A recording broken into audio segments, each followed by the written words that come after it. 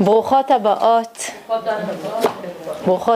ברוכה נמצא, ברוכים הנמצאים.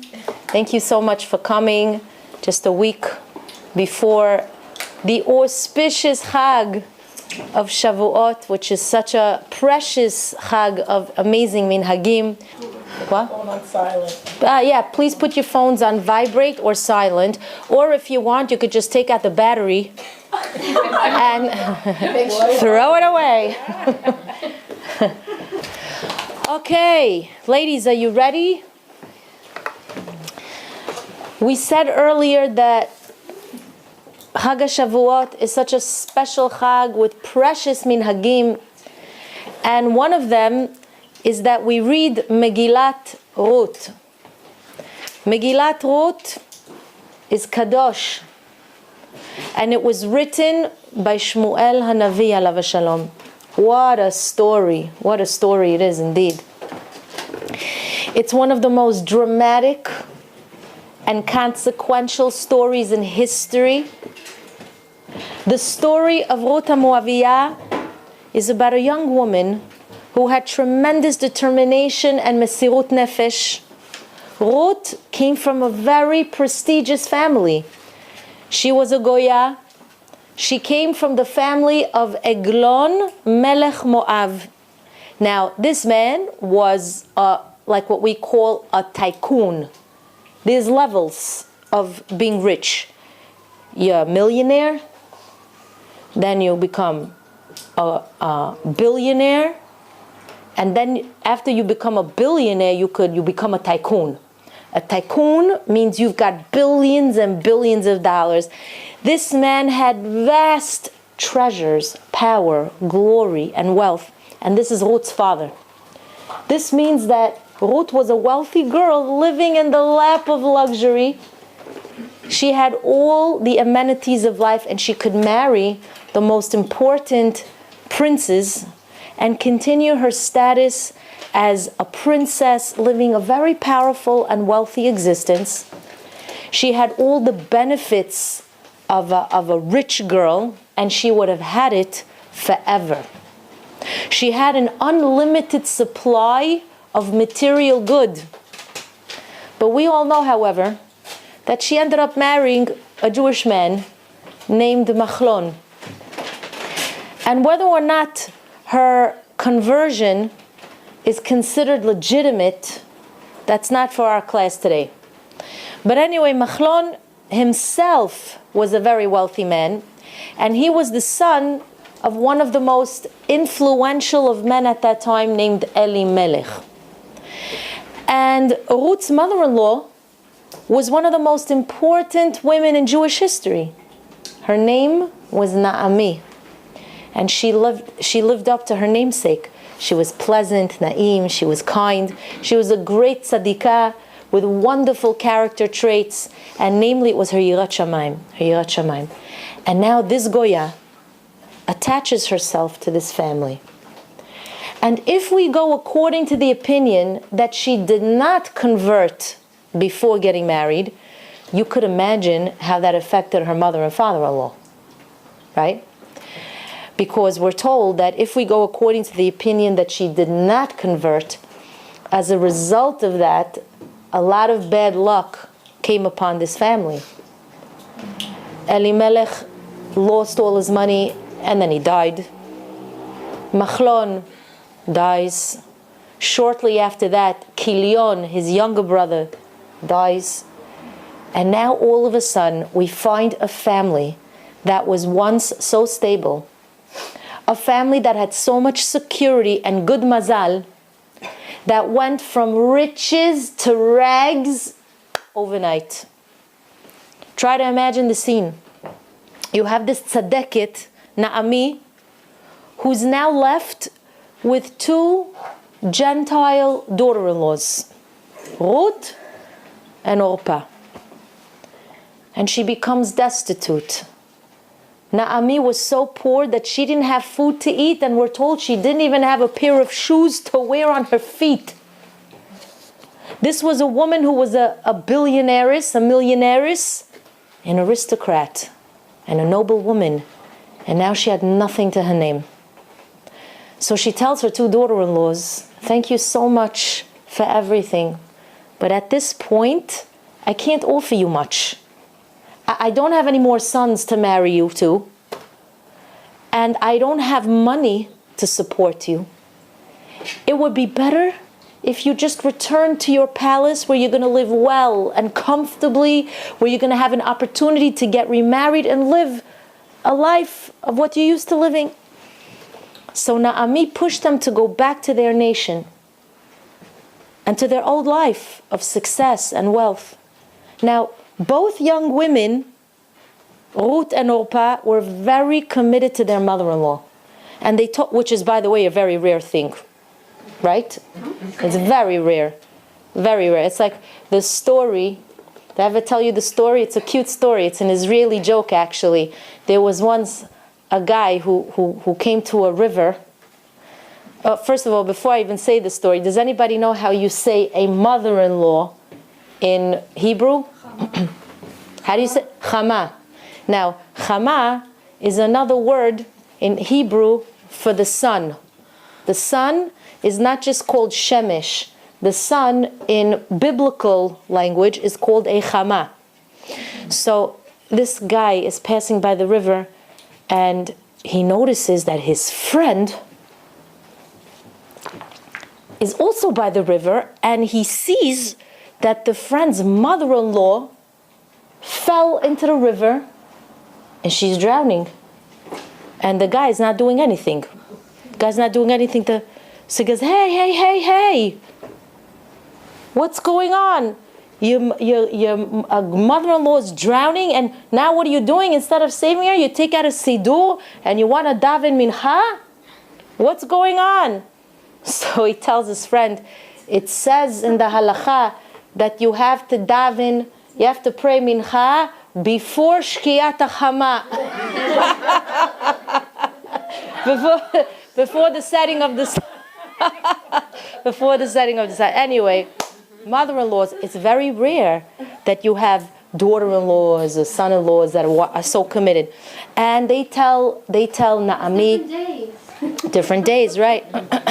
So they tell Naomi, no ma'am, we're going with you. Where you go, we're going.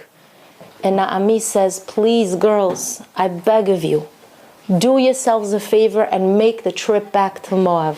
Go back. Orpah kissed Naomi, asked for forgiveness, and she agreed to go back to Moab. Ladies, that's the whole shiur. That's the shiur. What do I mean by that? As I'm reading the Megillat Ruth, and I come to this section, I see Orpah kisses Naomi and she goes back. I'm like, that's it. We could close the Megillah, and this is a shiur. This is the shiur. You should know, ladies, that in life we're all faced with a difficult job of making decisions. Some decisions are more important than others. Orpah's decision at the time didn't seem like a big decision.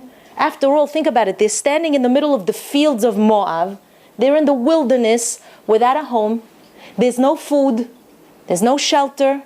What kind of life is that? What kind of life would that be? It seems like there's no future here. So Orpah made a decision to go back. Now, that wasn't an easy decision for her to make, ladies. Many of us may have made the exact same decision. If I have an option to go back home and live a comfortable life, why shouldn't I? Why shouldn't I? But as a result of that decision, it changed her life and her family's life forever, as we'll soon see. Decisions. You never know which decision is going to be the most crucial and significant one in your life. At the time that you're making a decision, it might not be so noteworthy, but sometimes the decision is so critical that it could make a difference between your olam haba and not. And this was one of these decisions. Many times, unfortunately, we're not even aware of the consequences of our decisions at the time that we're deciding. That's why we have to be so careful. Whether it comes to religious matters or if it's a life decision, we can't just make it over a cup of coffee nonchalantly. That's not how you make a decision. Decisions in life have to be made with great deliberation and thought, because there are certain decisions that can change your life completely and affect it in a very significant way.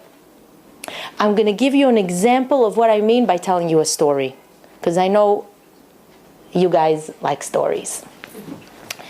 And since we learned a lot about Shabbat recently, this will, excite you even more. There was a 12-year-old girl who was in a kiruv-style yeshiva. One of these yeshiva, the boys are there, girls are there, but they keep them separate in the morning. Only in the afternoon they learn together. It's a kiruv. But her family, even though she was in this yeshiva setting, her family was not religious at all. And somehow, the principal of that yeshiva managed to convince her mother to send this little girl to a sleepaway camp in the mountains called Camp Sternberg for the summer. And it was there in that camp where she was directed towards a path of Torah. What happened?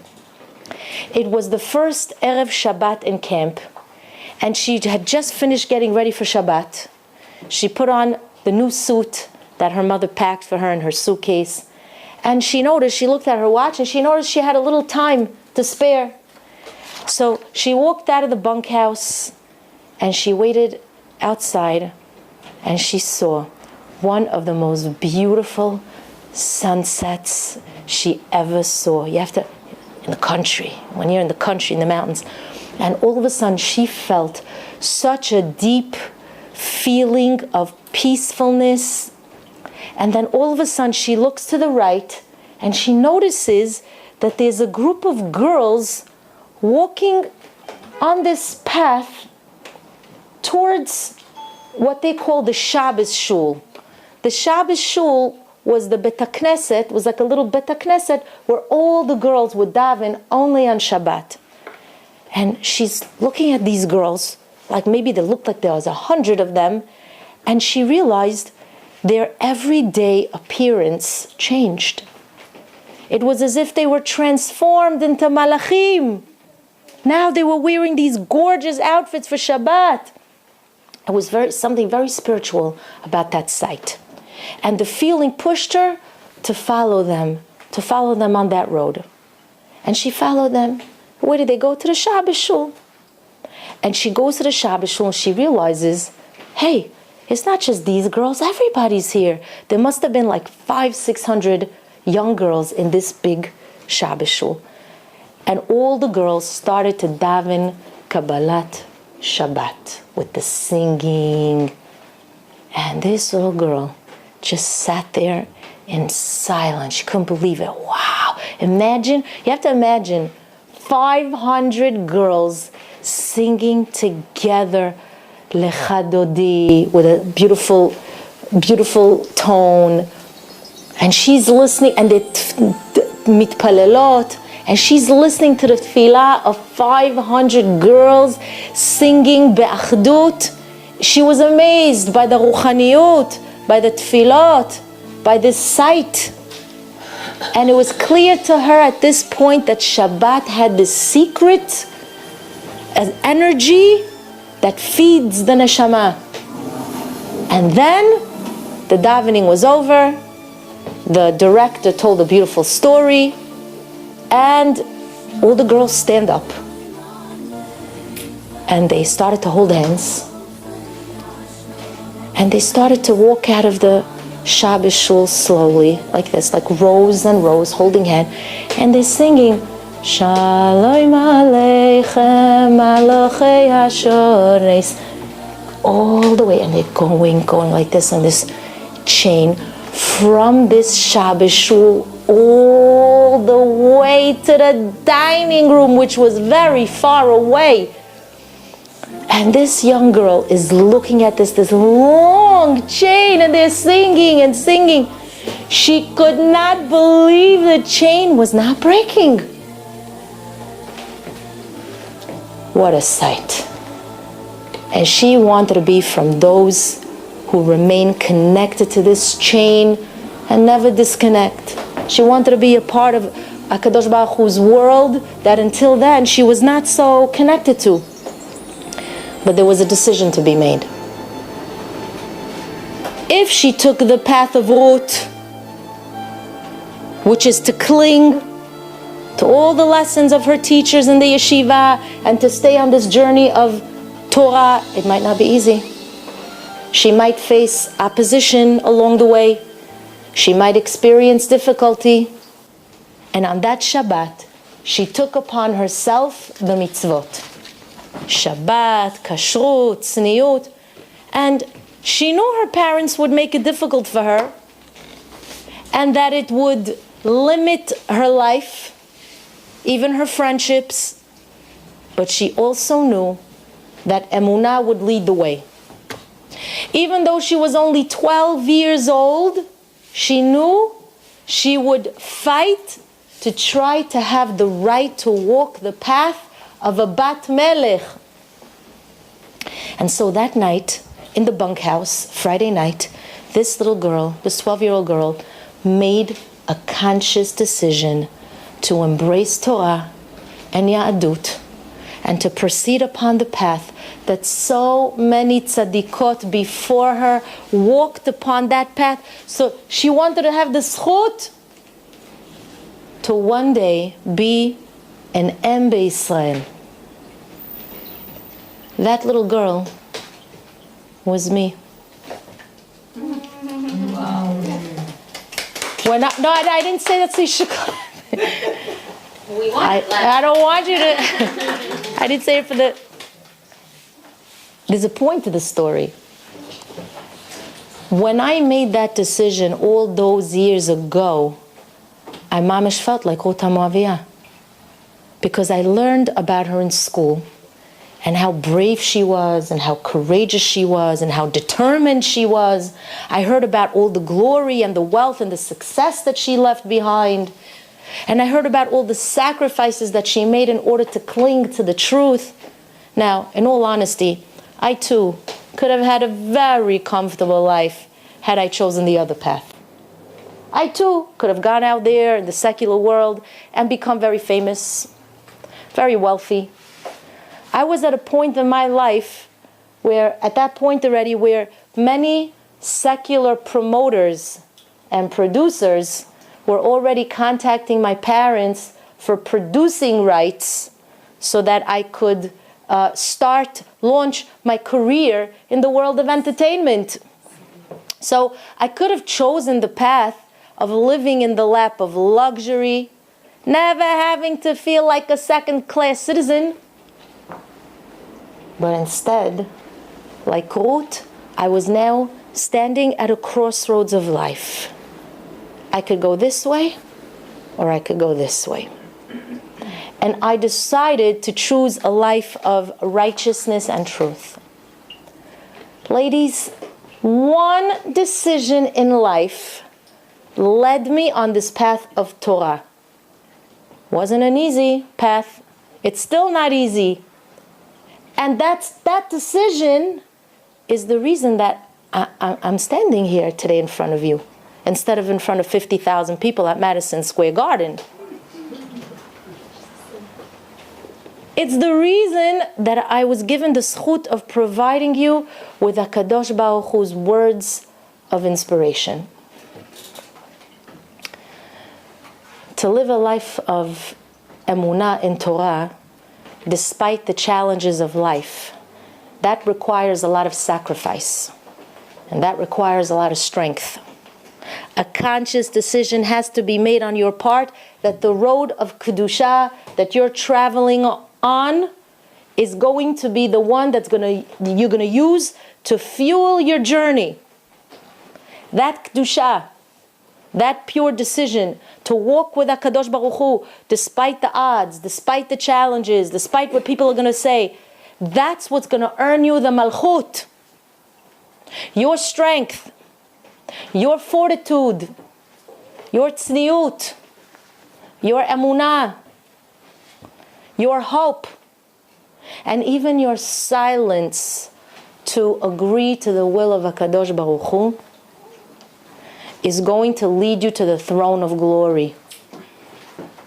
You're going to be crowned with the Keter HaMalchut.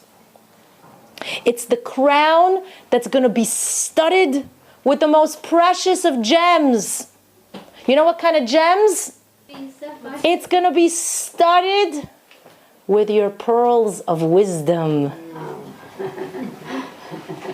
It's going to be studded with the emeralds of great sacrifice, with the rubies of Avodat Hashem, with the sapphires of strength, and the diamonds of your tzniut.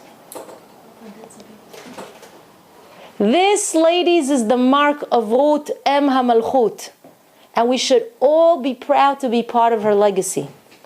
Ruth says, as hard as it's going to be, as much as people are going to shame me and have debates about me, I'm going back with Naami. I want to convert to Yahadut, she says, and be like you, Naami. I want to be your student of life. You could teach me everything you know about God. Nothing in the world is going to separate us except death, she says to her. And Naami tells Ruth, my daughter-in-law, your intentions are very admirable, but it's not easy to convert. I mean, there are many mitzvot that you're going to be bound to. Even the religious Jews sometimes struggle with these laws. Why don't you just be honest with yourself, do yourself a favor, be happy with the 7 laws that the Gentiles have, and go home and be a good Gentile. Be a good Goya. But Ruth was very clear. Nah. You, Naami, are going to be the one to teach me the mitzvot. You're going to be my role model. Please do not convince me to leave you and to return. And she says these words. Ladies, you got to read the Megillah. Such beautiful words. It's like poetry. She says, Ki asher tilchi elech. For where you go, I will go. Where you lodge, where you sleep, I will sleep. Amech ami. Your people are my people. Ve'elokaich Elokai. And your God is my God. Where you die, I will die. Ve'sham akaver. And that's where I want to be buried. Ki hamavet yafrid bani ubenech. Only death will separate us. Well, Naami now realizes that Ruth is very sincere. So she stopped trying to talk her out of it. Ladies, look what happened over here. This is a woman that accepted Yahadut upon herself, not out of weakness.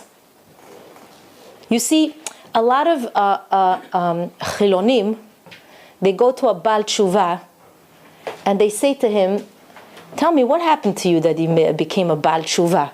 Chozer b'tshuva. Something happened? What, were you desperate? You were in a hopeless state? They think that people are chozrim b'tshuva because life was maybe sour, there was no other option. So of course the Baal Tshuva chooses to lean on religion as a crutch. But that was not Ruth's situation. She didn't turn to HaKadosh Baruch Hu because she didn't have options. She could have easily gone home to live a very comfortable life. Lefech, Ruth gave up her comfortable life. The same life that her sister Orpah chose to go back to. But Ruth, They were sisters? yeah. Yeah. Oh, wow. But Ruth clung to Naami, not knowing where her next piece of bread was going to come from. She chose to join Naami walking through the lonely and dangerous fields of Moab and all of the dangerous elements of the wilderness, The greatness of Ruth was not that she turned to HaKadosh Baruch Hu out of fear, out of desperation. Ruth's decision to embrace Torah was not an escape route. It was her first and only choice, because she recognized the truth of Torah and she could not bear the thought of going back to a life of sheker, a life of materialism, a life that is devoid of anything spiritual, a life of emptiness. So she turned to HaKadosh Baruch Hu because this was the first choice and the last choice, and there's nothing else in between. Ruth hugged the Torah, not because there was no other option, not because she was weak-minded, but because it was the emet. And she was willing to give up her lifestyle, her wealth, and her power just to be able to attach herself to the emet. She couldn't imagine going back to a life that's the opposite of emet. So now Naomi realizes that Ruth is serious, and she allows her to go with her. Now, when they arrive in Eretz Yisrael and they see an entourage of women, and they're all whispering to each other. All the women are talking to each other. You see, even back then, the women were already talking and schmoozing. And now, what happened? Naomi was so affected by the hunger and all the elements that surrounded her that her friends didn't recognize her. They knew her once as a beautiful woman, as a strong woman with a regal appearance, and here was a pale, weak, broken woman without even a pair of shoes. And all the women are shocked and they're wondering, Hazot Naomi? Is this Naomi? What could have caused this transformation? What happened to her? And Naomi cries to them and she says to them, don't call me Naomi. Call me Mara. Call me bitter. Because the Kadosh Baruch Hu punished us and changed our good mazal. I left this land very full, and now I come back empty. I left with a husband. I left with children. I left with great wealth. And now I have nothing to my name. I don't have a home. I don't have food to eat. And I don't even have a pair of shoes to walk with. And the Megillah continues this amazing story. Ladies, you got to read Megillat Ruth on Shavuot with the translation. And if you can, go and buy yourself the Me'amloez on Megillat Ruth. Meaning when you go to the store, say, I would please like Me'amloez Megillat Ruth. Because you're going to see there the most amazing midrashim, the most amazing interpretations of the psukim. But anyway, Ruth moves in with her mother-in-law. That's also a miracle. During the end of a famine in the land. So now the famine was over and there's bracha. But where are they going to get food? Where are they going to get food? So the halakha says, if a person owns a field, the person is allowed to collect whatever he wants from the field, but he has to leave the corners of his field for the poor people. And then on a certain day, everybody knows what that day is, the poor people can come to those corners of the field and they can take whatever they want from those corners.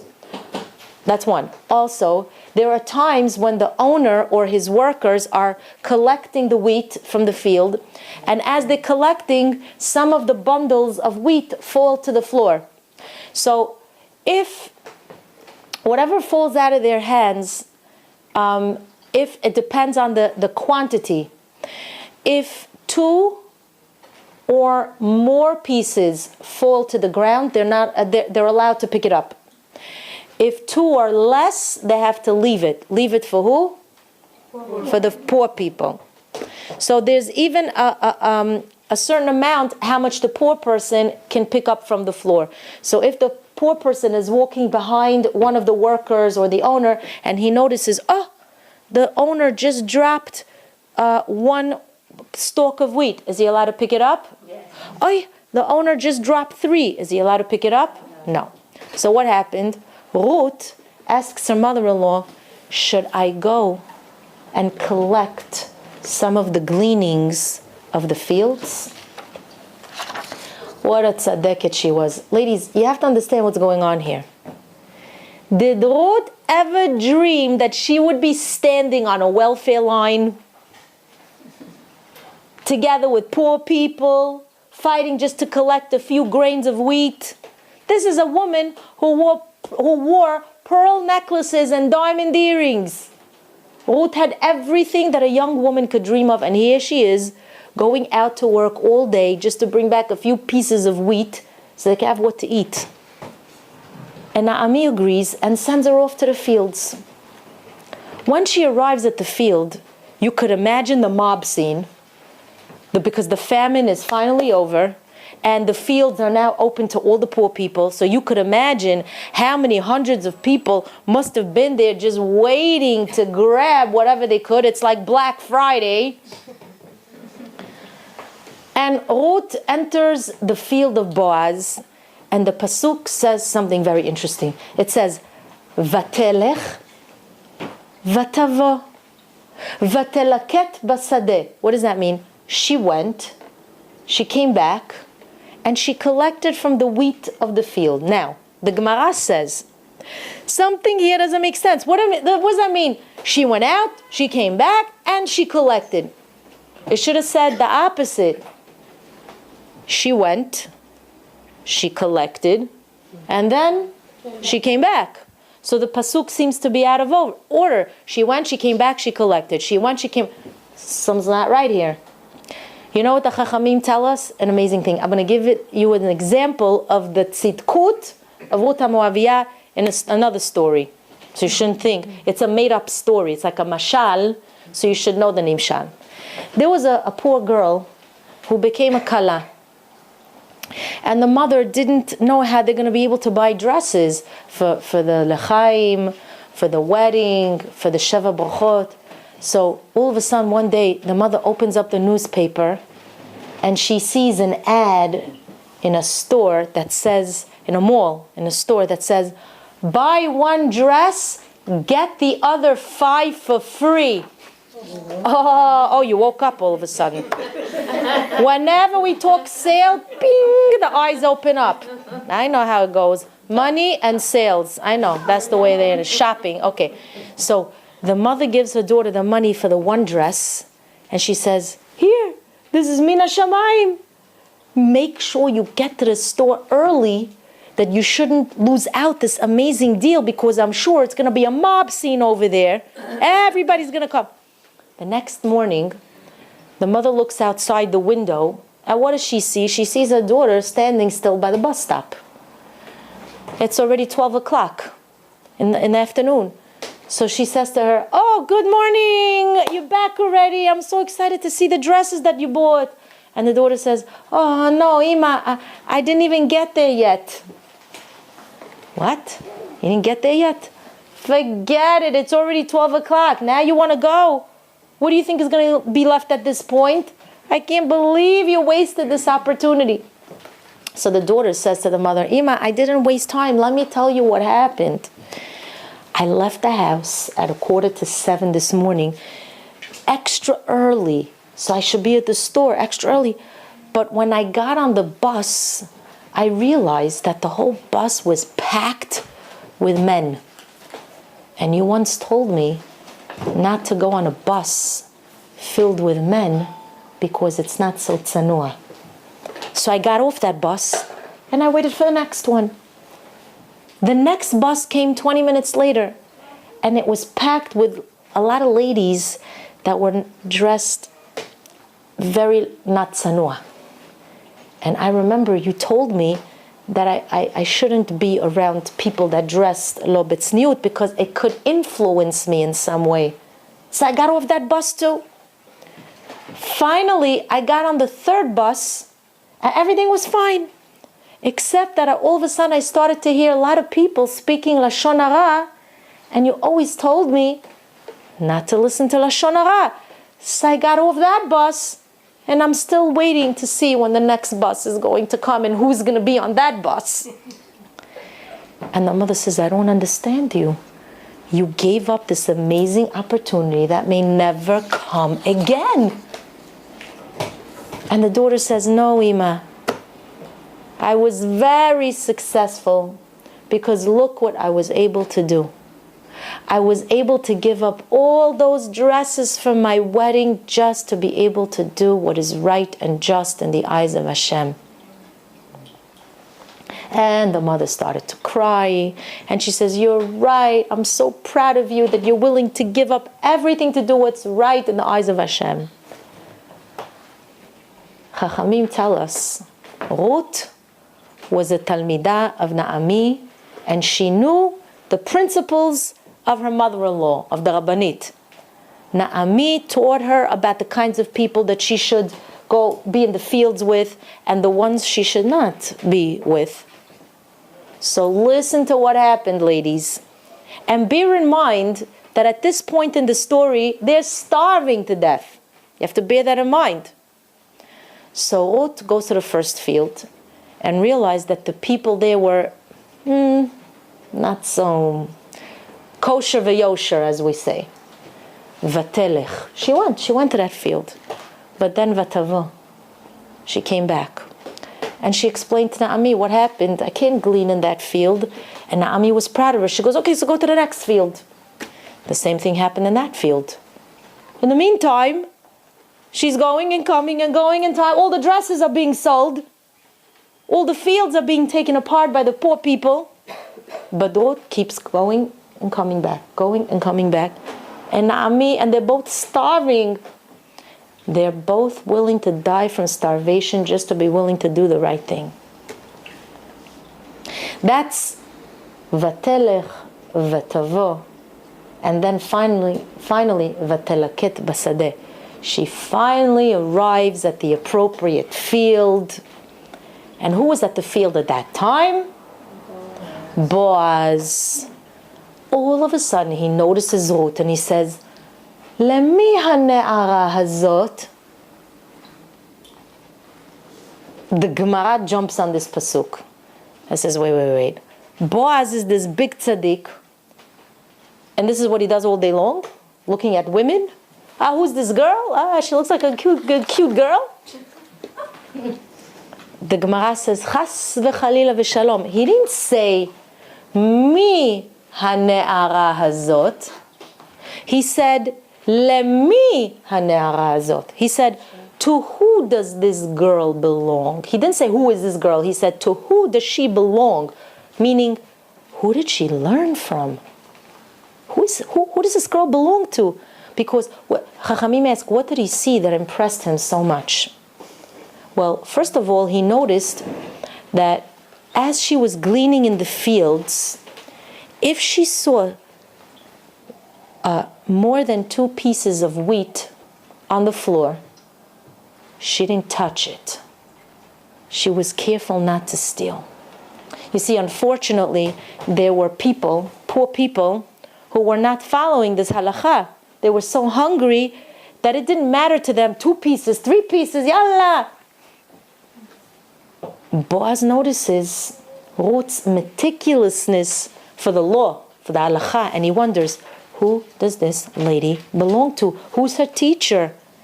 And then he said, Ruth is the Talmidah of Naomi. And he says, okay, that explains it. Now I understand why she's so honest and filled with such integrity. And then he notices something else. You know, ladies, a lot of times when we're so hungry and there's food in front of you, you're not thinking about derech eretz. You're thinking about surviving. So all the women were bending down in the fields and grabbing whatever they could, not paying attention to the tzniut or the aggressive way that they were collecting the wheat. But what does Boaz notice about Ruth? She's tznuah. She's modest. She bends down in a regal and refined way. Now, what does that mean? What does that mean? Now, Chachamim say, you never bend this way to pick something up. the refined ways. What did she do? Chachamim say, side, side. You bend. Watch. You bend, lift, up. Bend, lift, up. Your knees never touch the floor. Your knees never touch the floor. He sees this, and he says, despite the circumstances, girl is starving, she's regal, and she's modest in her ways. And he asks, who does this girl belong to, that her demeanor is so royal, is so noble, like a queen, that she doesn't lose her dignity even in such a critical situation? She's the Talmidah of Naomi. That's where it comes from. So watch what happens here, ladies. Ruth's great-great-grandfather was a fellow by the name of Lot. You know who Lot was? Who was Lot? Abraham's nephew. When this is Lot. And can you imagine? Ruth is related to Lot, which means she's also related to Avraham. When HaKadosh Baruch Hu instructed Avraham Avinu to leave his father's house and to travel to the land that he would show him, his nephew Lot thought the following: I don't want my uncle to travel alone. It could get dangerous in the desert at night. And he escorted Avraham just like Ruth escorted who? Naomi, her mother-in-law. Now, do you know what a zchut it was for Lot to escort the great Avraham Avinu? Alav Shalom. Avraham was the most precious man of that generation. And who had the chance to be right next to him? Lot. He had the zchut to rub elbows with the greatest man in history. He was close to a man that kings would run out to greet Avraham. That kings would offer them his daughters. What a zchut it was for Lot to escort and to live with such a gadol ador. What happened? Lot had a tremendous desire for money.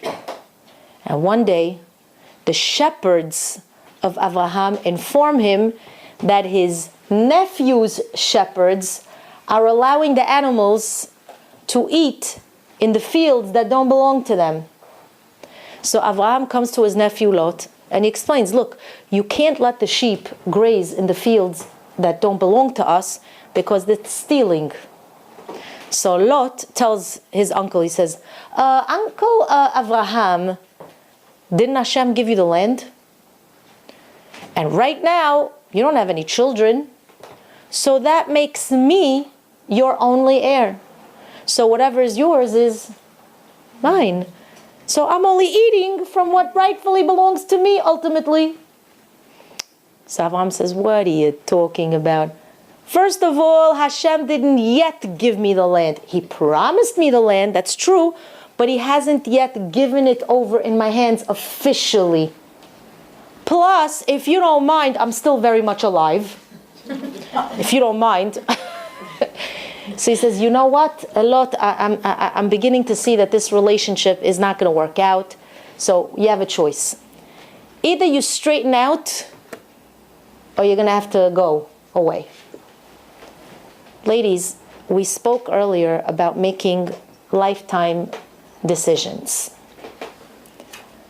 Lot should have told Avraham at this point, Chatati, my dear uncle, I'd never leave you.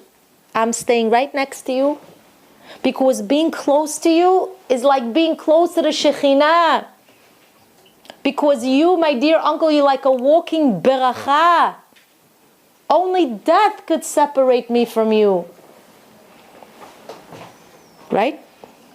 And then make the decision to stay with his uncle. Instead, what did he say? You know what, Avam? You're right. I'm leaving. Adios, amigo. Hasta la vista, baby. Sayonara. Ciao. What a decision he made. You're standing in the midst of greatness with Avraham Avinu at your side. and you could learn everything a person could hope to learn. And not only do you leave, but you choose to move to Sdom of all places. He went from earning Olam Haba to choosing a place where you only inherit Gehenna. It's one thing if you want to move to Bnei Brak, you want to move to Tzfat, you want to move to Jerusalem, but you end up taking residency in Las Vegas. He moves to Sin City.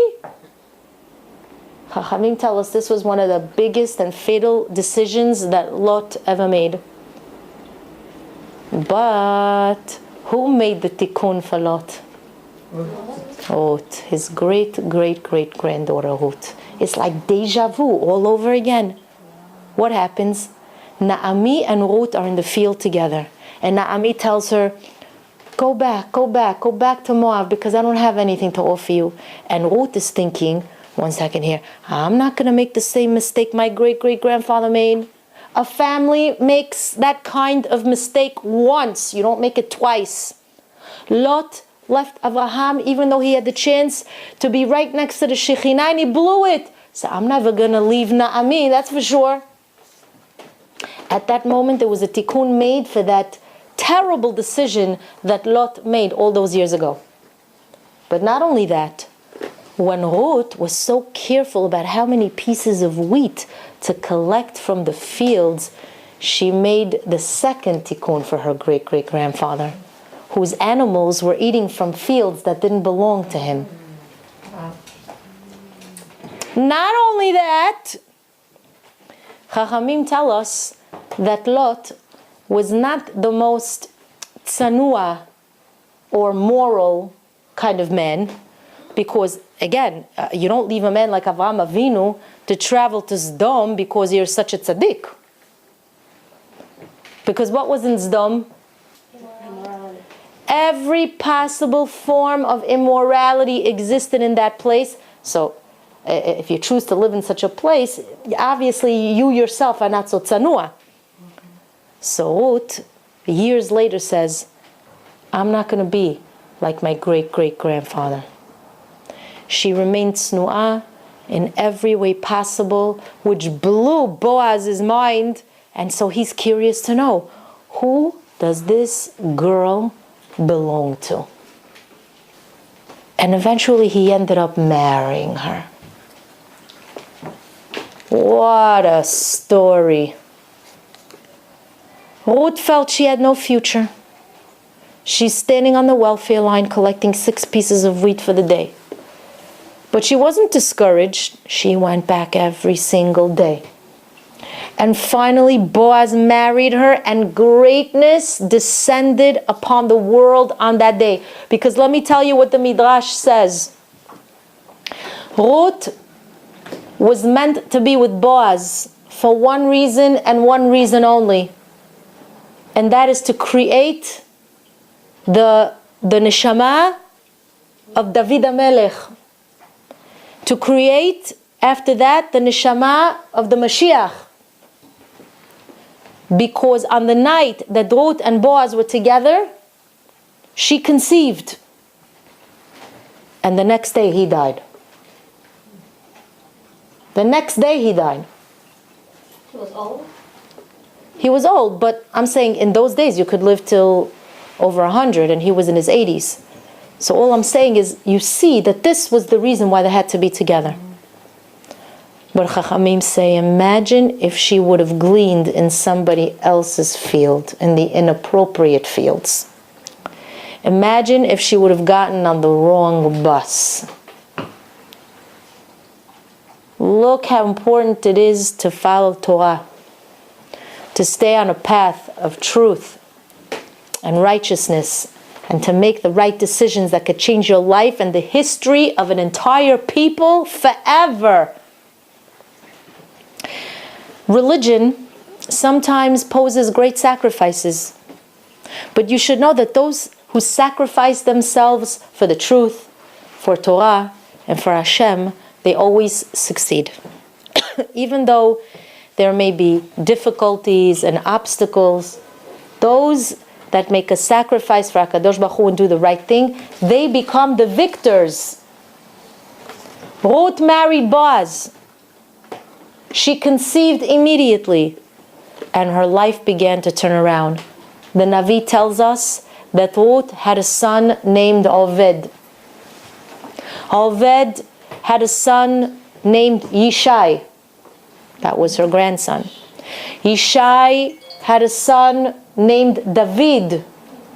That was her great-grandson. She now becomes the great-grandmother of the great Melech B'Yisrael.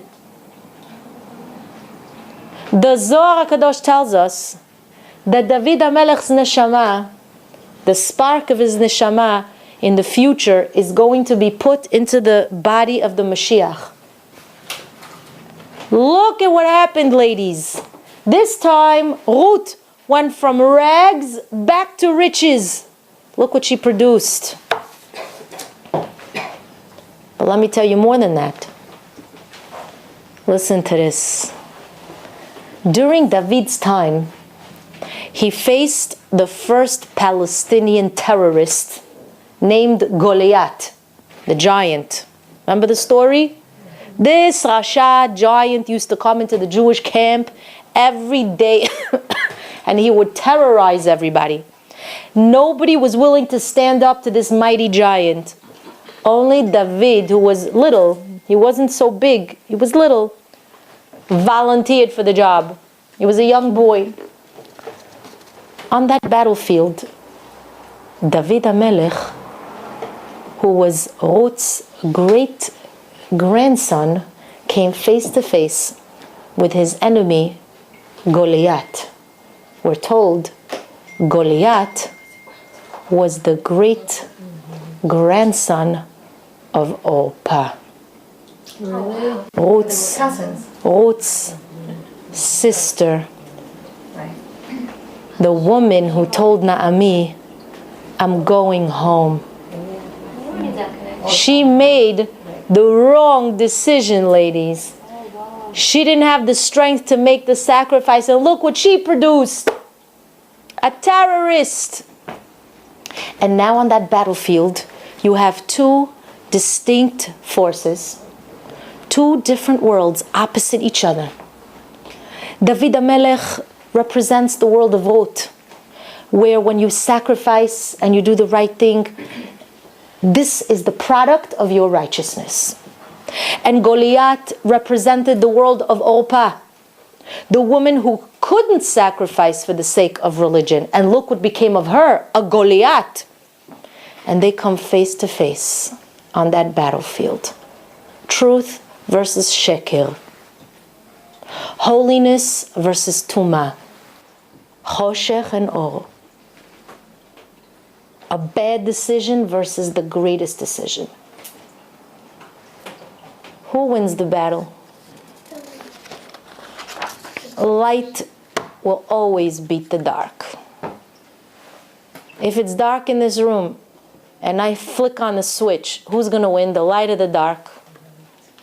The light or the dark? The light always wins. The light always will win. David HaMelech, and it's as simple as flicking on a switch. I'm telling you, David HaMelech takes a simple little slingshot. Now, all the soldiers were coming with their gear and their swords and and all that. And he came with, I'm going to beat him with what? With my little slingshot and my 5 little stones. And they're laughing at him. A simple slingshot. There's a whole secret of the slingshot and why 5 stones. And with one shot, bing, he hits him in the forehead. And there's secrets why in the forehead, why the head. And the giant comes tumbling down. This wasn't a mere victory over a physical enemy. This was a battle of life. It was a victory to teach the entire world a lesson. What's the lesson? This is what happens when you make a sacrifice and you do the right thing. You can take a slingshot and with 1 stone kill the enemy. It's the lesson of good that overpowers evil. It's a lesson of Kedusha that will always be victorious over Tumah. And when one makes a sacrifice for HaKadosh Baruch Hu in order to live the good life and to aspire to Kedusha, then HaKadosh Baruch Hu sees to it that the enemies perish. But wait, ladies, we're not done yet. There's more.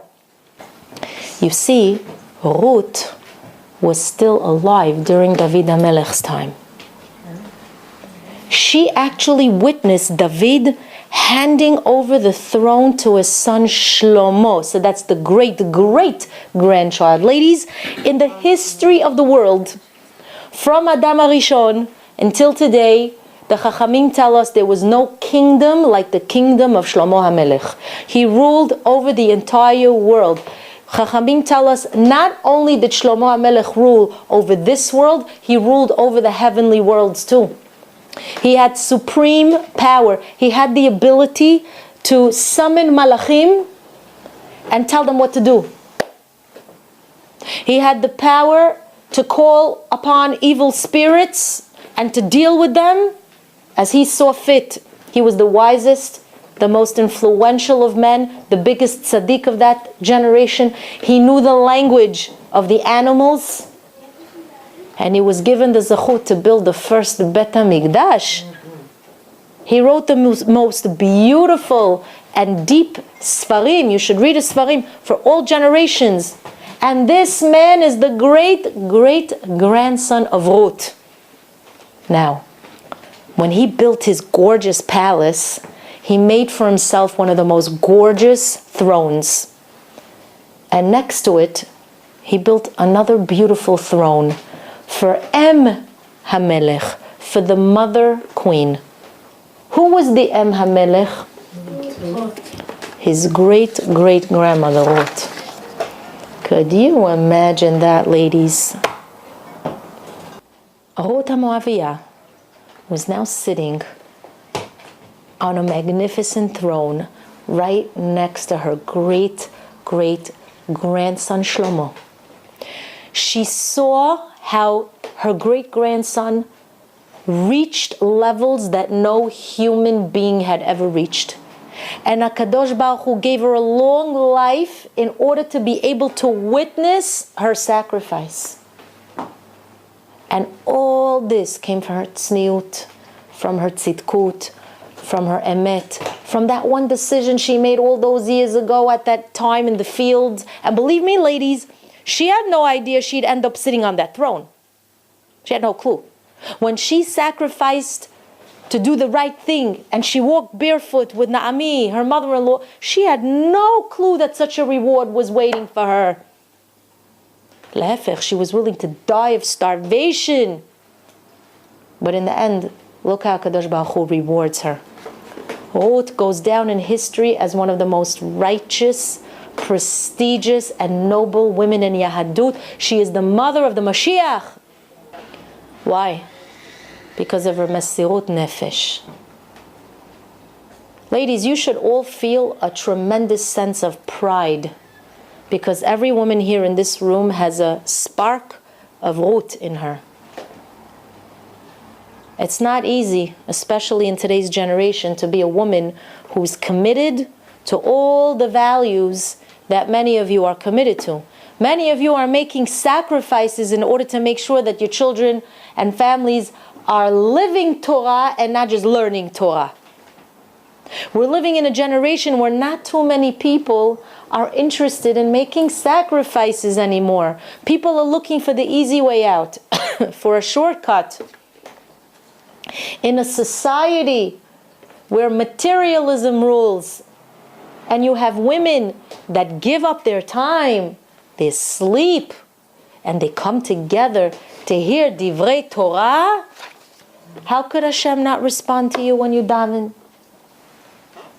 What a mesirut nefesh it is for you to leave your homes in the evenings when you could right now at this moment be in bed and dream about the buy one, get 5 dresses free. You're allowed to laugh, like everyone could laugh, it's okay. And you come here Some of you still tired. Some of you actually sleep during the shiur. It's okay. You could sleep here. It goes into your brain. It's still. And you come here to do what? To connect to Hashem, so that you could bring home the positive influences to your family. That's the lesson of Ruth HaMoaviyah. That there's a piece of her in all of us. The Gemara tells us that in the zchut of righteous women, we were once redeemed from Mitzrayim. And we're going to be, in our zchut, we're going to be redeemed again. All those women back then who clung to Hashem and to their faith. And 2,500 years later, that's us, the women of this generation are still making sacrifices to preserve the traditions and the modest ways that our imahot paved the way so long ago. In just 1 week, we're going to be celebrating the Chag of David HaMelech. He was born on Shavuot and he died on Shavuot. And he's the source of Mashiach. Shavuot is a Chag where we commemorate the much awaited salvation. And we all know how desperately we need Yeshuot. When Mashiach will reveal himself, you know who's going to be standing right next to him? Very nice, his great-great-grandmother. And I'm certain that her Rebbetzin Naami, the woman who produced such a product, who taught her, will also be standing next to Ruth. And you're going to look upon these amazing women with great admiration. Oh, that's Ruth. Wow, that's Naami. Wow. And you're going to admire these ladies. And they're going to salute you. And they're going to say, Nashim Yekarot, Ashrechem, which means fortunate are you. It wasn't easy in your generation. The sacrifices you made in order to fight the corruption that took place right in front of your very eyes. That wasn't easy. The time you took to understand the lesson instead of justifying the faults, that wasn't easy. The sacrifices you made to remain a pure Jewish woman, that wasn't easy. But you did it, and we're so proud of you.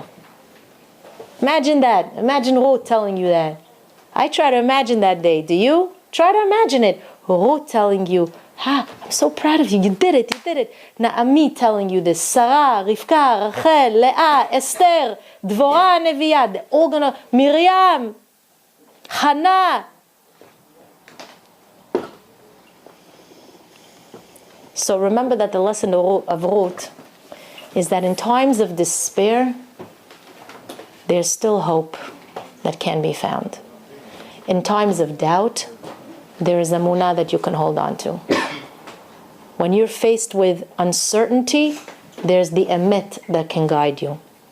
And when you're faced with a decision, as insignificant as it may seem, turn to our Torah for the answers and remember that the right road that you choose could lead to greatness. You can sit in solitude, empty of spirituality, or you can choose to live a life that will get you to the throne of kings. The decision is yours for the taking. Who more than Ruth and Naami could teach us about how dark that road can appear at times? Very frightening. So, ladies, to wrap this up, the Gemara tells us that there are 3 things that are counted in Shamayim. Yamim, our days. Milim, our words. And Dma'ot, our tears. The Gemara asks us, don't waste your days by not considering how precious those days are. Yamim, they're precious. Count your days. Count those days. Make them count. And we're told, count your words, the milim. Measure them very carefully before you open your mouth to speak. Words should be filled with love and compassion and understanding. And then we're told, count your tears. What does that mean? Be careful with your tears, that you shouldn't, God forbid, cry over trivialities of life, but rather over what really matters. Because the Zohar Kadosh tells us that the pure tears that you shed from the good things that you cried about, you know what Hashem's going to do with those tears? He's going to use them during the times of the Mashiach. What does that mean? Our tears are going to be the dew. You know how sometimes you wake up in the morning and all of a sudden you see like on the grass, there's like little drops, looks like rain, but it didn't rain the night before. It's dew. It's called dew. HaKadosh Baruch Hu is going to use our tears and they will become the dew that falls from the heavens and wakes up the dead from their sleep. It's called Tal Techiyah. All the tears that we cry throughout the Galuyot will have the power to bring the Metim back to life. Tchiyat HaMetim. You hear this, ladies? The tears that you cried over things that really matter are going to bring people back to life. So count your days well. Because why am I saying count your days well? Because we're counting every day now of the Omer. And we're now down to the last count. We're down for the last count. So count your days well. And use each day to utilize your speech properly in order to create positive feelings in the world. Cry to HaKadosh Baruch Hu over the things that really matter in life. And as we get closer to the grand wedding, which is Shavuot, the wedding between us and Hashem, make sure to count these last few days with meaning. Because if you do, something amazing happens. Hashem starts to count for you. On behalf of you and with you. And when Hashem starts to count for you, your days, your words, your tears, what's the result of that? We're told, Even HaChaim. The rock of life is penetrated, just like that rock that Rabbi Akiva saw that was penetrated. The heavens part, and the Father shows you Rachamim. You see that in the word Even. How do you spell Even? Can I have a piece of paper? Even. Aleph, Bet, Nun, right? Even is Av, Ben. Av, Ben. You see that? So when we say Hashem starts to count for you, and when that happens, what's the result? The Even HaChaim, the rock of life, is penetrated. The Av shows the Ben compassion, because the rock gets penetrated. Last week I was speaking with a friend about life and the darkness of a challenge in life, nisyonot. And she says to me, she sighs and she says, what could I say? It's hard to see the light at the end of the tunnel. We all say that. It's hard to see the light at the end of the tunnel. And I thought about it and I said to her, you know, if you're going to continue to look for the light at the end of the tunnel, you might not ever find it.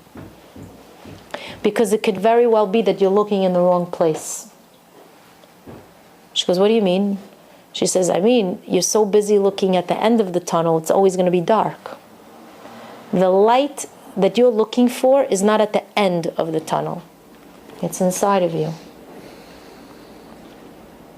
And if you give yourself the time, you're going to find that light. It's there. Ladies, your neshama is a chalak elokam ima'al, a spark of divinity. One little flame could light up a whole room. that flame, that torch of spirituality, of emet, of Torah, of Hashem, it's already inside of you. That's the light that you really are searching for, and that's the light that's going to lead you through this dark tunnel and through the challenging times of life. The light that is already in you. Don't look for the end of the light at the end of the tunnel.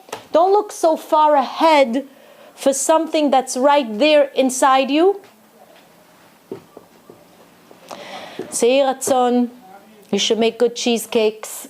I'm just kidding. That's not the main thing. Yeh ratzon, that HaKadosh Baruch Hu should guide your footsteps and give you the strength to continue in your ways of mesirut nefesh, so that in your zechut, Bezrat Hashem, HaKadosh Baruch Hu will bring the Mashiach, the great-great-grandson of Ruth HaMoaviyah, who sacrificed so much to give you the courage to do the same.